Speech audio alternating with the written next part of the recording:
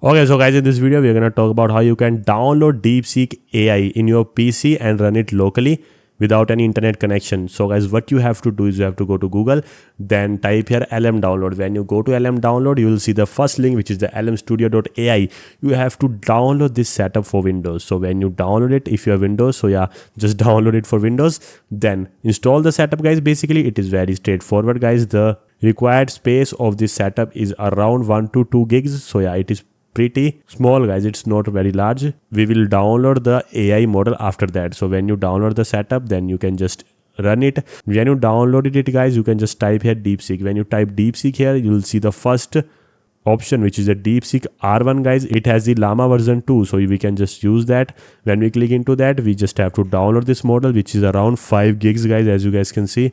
So we'll click on download and it will start downloading, and when the downloading will be completed, then you'll see the option to run this model. So we'll just click on load model. When we click on load model, it will load into the software. Then after it get loaded, guys, then you'll just need to type something to check if the model is working. As you guys can see, the R1 model is working, guys, and it is also thinking before providing us any kind of responses. So yeah, guys, it is basically how you download it locally, guys. It's very pretty straightforward and easy. Download that and use it, guys.